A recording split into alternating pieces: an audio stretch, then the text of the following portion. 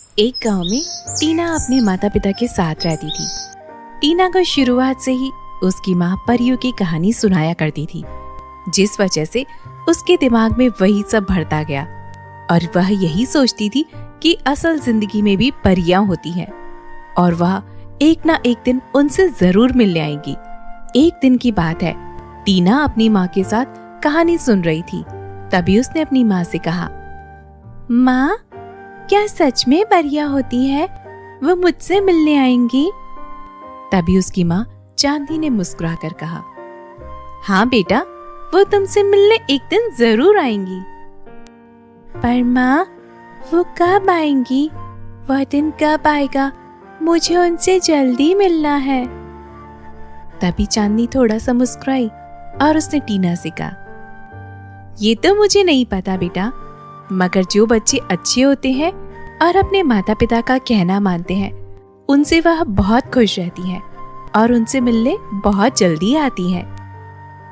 माँ, मैं आपका सारा काम करूंगी और आपकी हर बात मानूंगी, बस मुझे परी मिल जाए, क्योंकि इस बार मैं अपना जन्मदिन बादलों में केक वाले घर के साथ मनाना चाहती हूँ।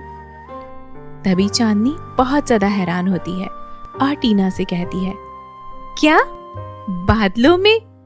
ये तुम कैसा मजाक कर रही हो टीना? क्यों माँ, परियां तो जादुई होती है, वो तो कुछ भी कर सकती है और मुझे अपना जन्मदिन बादलों में ही मनाना है। यह सुनकर टीना की माँ चांदनी काफी ज्यादा परेशान हो जाती है, क्योंकि उसे पता ही नहीं था कि ऐसा कुछ हो जाएगा। शाम को जब टीना के पिता राहुल घर पर आते हैं तो वो उनसे कहती है, अजी आप सुनते हैं, टीना ने तो अजीब सी रट लगा रखी है। क्या हुआ चांदनी, तुम इतनी ज्यादा परेशान क्यों हो? और क्या कह दिया टीना ने? जी, वो कह रही थी कि इस बार उसे अपना जन्मदिन बादलों में मनाना है। अब बादलों में कहाँ से केक आएगा और कैसे उसका जन्मदिन मनाएंगे? अरे चांदनी, ये सब तो तुम्हारी कहानियों की वजह से हुआ है। मैंने तुमसे कहा था ना कि उसे जादुई और परियों की कहानी कम सुनाया करो, क्योंकि इनसे बच्चों पर बुरा असर पड़ता है। अब देख लिया ना तुमने, अब कैसे समझाएंगे उसे? जी, मुझे क्या पता था कि ऐसा कुछ हो जाएगा। अब मैं टीना को कैसे समझाऊं? तुम चिंता मत करो, उसका जन्मदिन आने दो। धीरे धीरे समय गुजर रहा था, सब कुछ अच्छा चल रहा था। एक दिन टीना अपने दोस्त ज्योति के साथ खेल रही थी, तो ज्योति ने टीना से कहा, अरे टीना, अब तो तुम्हारा जन्मदिन आने वाला है ना, क्या तुम मुझे नहीं बुलाओगी जन्मदिन में?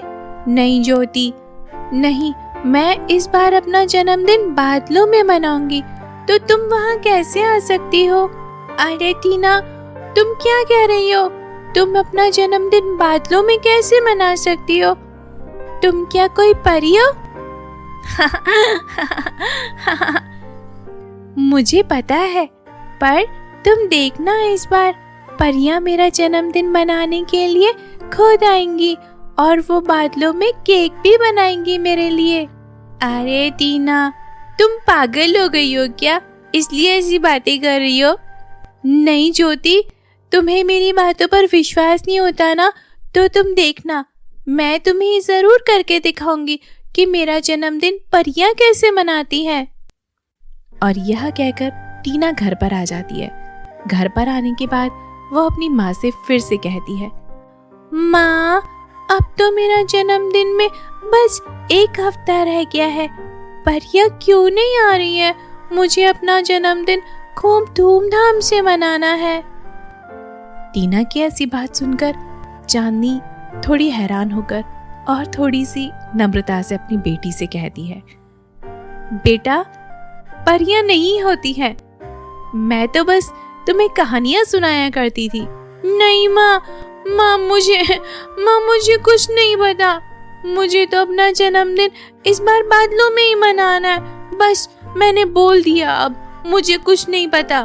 अरे बेटा, मैं तुम्हें कैसे समझाऊं? ऐसा मुमकिन नहीं है, हम तुम्हारा जन्मदिन खूब धूमधाम से मनाएंगे।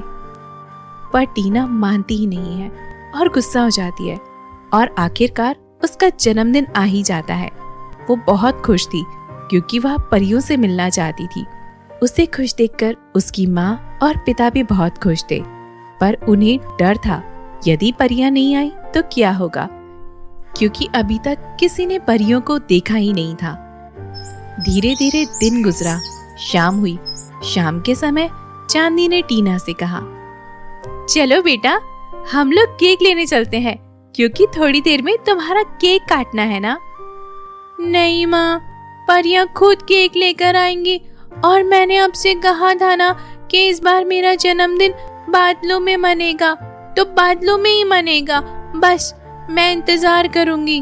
अरे बेटा, पर परियां नहीं होती। हम आपसे कह रहे हैं ना, हम आपका जन्मदिन बहुत अच्छी तरीके से मनाएंगे। हाँ बेटा, तुम्हारी माँ बिल्कुल ठीक कह रही है। ये सब तो बस कहानियों में होता है। चलो अब, अगर देर हो गई तो तुम अपना जन्मदिन नहीं मना पाओगी। नहीं माँ, मुझे कुछ नहीं पता माँ। मेरा जन्मदिन तो परियां ही मनाएंगी, बस मैं उनका इंतजार करूंगी। और यह कहकर वो जोर जोर से रोने लगती है।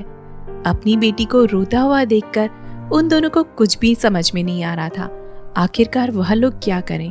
तभी अचानक उनके घर में तेज रोशनी होती है और 3 परियां उनके घर पर आती हैं। परियों को देखकर वह लोग हैरान रह जाते हैं और टीना बहुत खुश हो जाती है और अपनी मम्मी पापा से कहती है, माँ देखो परियां आ गई, माँ देखो परियां आ गई। मैंने आप लोगों से कहा था ना कि मेरा जन्मदिन परियां ही मनाएंगी।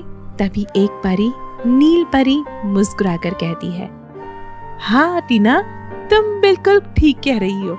हम सब क्यों नहीं मनाएंगे आपका जन्मदिन, हम जरूर मनाएंगे।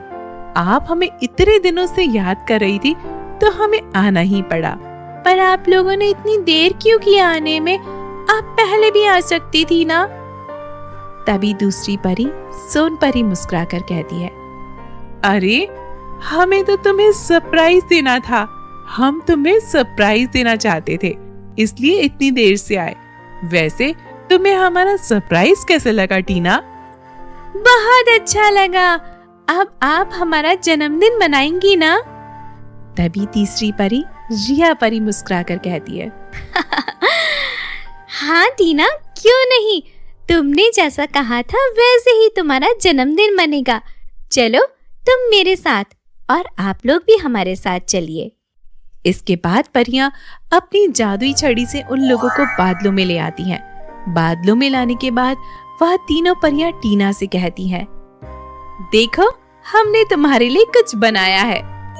और यह कहकर वह जादू की छड़ी से 3 केक बनाती है। वह केक को देखकर टीना बहुत खुश हो जाती है और अपनी माँ से कहती है,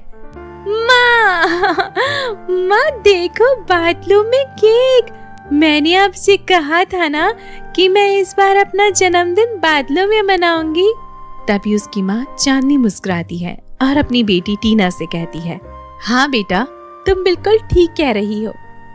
तभी सोन परी मुस्कुराती है और टीना से कहती है, अच्छा उठो टीना, अब तुम जल्दी से अपना केक काटो, फिर तुम्हें एक और जादू देखने को मिलेगा। क्या आप सच कह रही हैं परी? तभी रिया परी मुस्कुराती है और बड़े प्यार से टीना से कहती है, हाँ, ये तुम्हारा बर्थडे गिफ्ट होगा।